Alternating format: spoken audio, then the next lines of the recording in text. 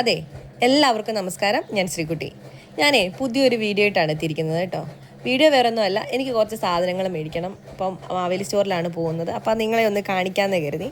അപ്പോൾ ഞാൻ ജോലി കഴിഞ്ഞ് നേരെ മല്ലപ്പള്ളിയിൽ ഇറങ്ങി. ഇത് ഞങ്ങളുടെ മല്ലപ്പള്ളിയാണ് കേട്ടോ. മല്ലപ്പള്ളിയിലെ മാവേലി സ്റ്റോറാണേ.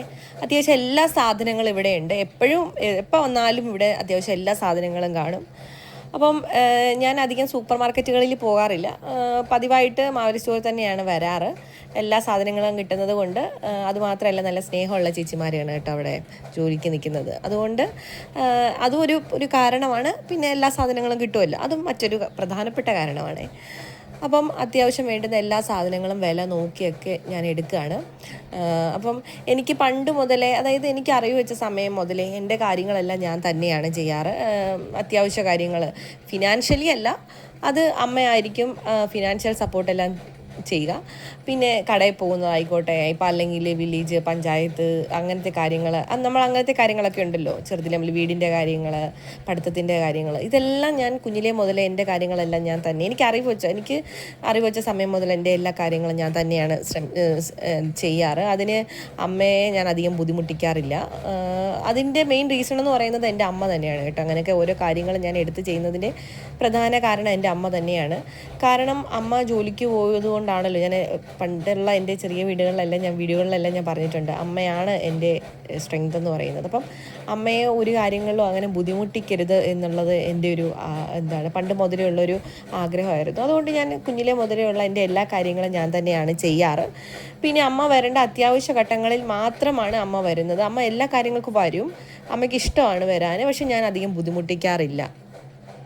പിന്നെ ഇങ്ങനത്തെയുള്ള ചെറിയ ചെറിയ കാര്യങ്ങൾ, അത് സാധനങ്ങൾ മേടിക്കുന്നതായിക്കോട്ടെ, അല്ലെങ്കിൽ ഓരോ നമുക്ക് നമ്മുടേതായിട്ടുള്ള ഒരുപാട് കാര്യങ്ങളുണ്ടല്ലോ.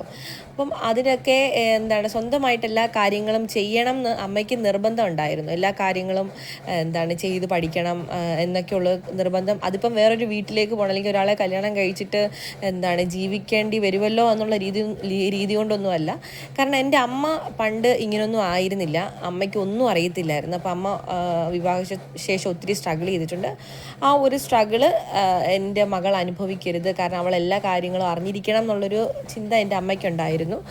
അത് വിവാഹശേഷം ആയതുകൊണ്ടല്ല, ഏത് സാഹചര്യത്തിൽ നിന്നാലും നമ്മളെ സർവൈവ് ചെയ്യാനായിട്ട് പഠിച്ചിരിക്കണം. അപ്പം അതുകൊണ്ട് അമ്മ എല്ലാ കാര്യങ്ങളും എന്നെ പഠിപ്പിച്ചിട്ടുണ്ടായിരുന്നു. പ്രധാനമായിട്ട് പഠിപ്പിച്ചിട്ടുണ്ടായിരുന്നു എന്ന് പറയുന്നതിനപ്പുറത്തേക്ക് ഞാൻ സ്വയം പഠിച്ചു എന്നുള്ളതാണ് സത്യം. നമ്മുടെ സാഹചര്യങ്ങൾ അങ്ങനെ ആയിരുന്നു. അപ്പോൾ സാധനങ്ങളൊക്കെ വേണ്ട സാധനങ്ങളൊക്കെ ഞാൻ നോക്കി എടുത്ത് അപ്പം നമ്മുടെ കാർഡിനുള്ള സാധനങ്ങളൊക്കെ എടുത്തു.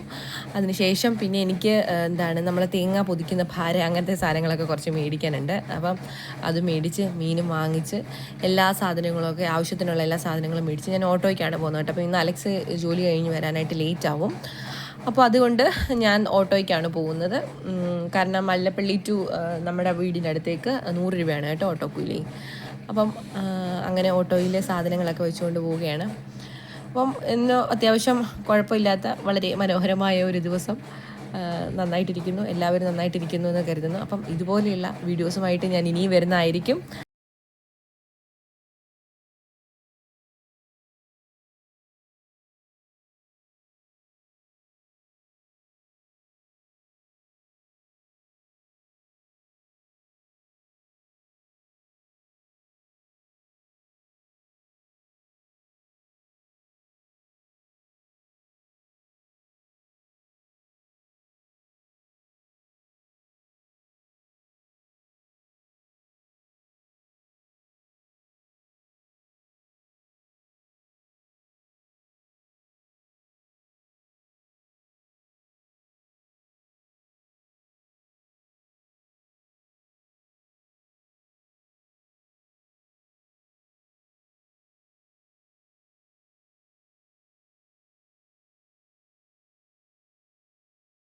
പിന്നെ സബ്സ്ക്രൈബും കൂടി ചെയ്യുവാണെങ്കിൽ ഒത്തിരി സന്തോഷം.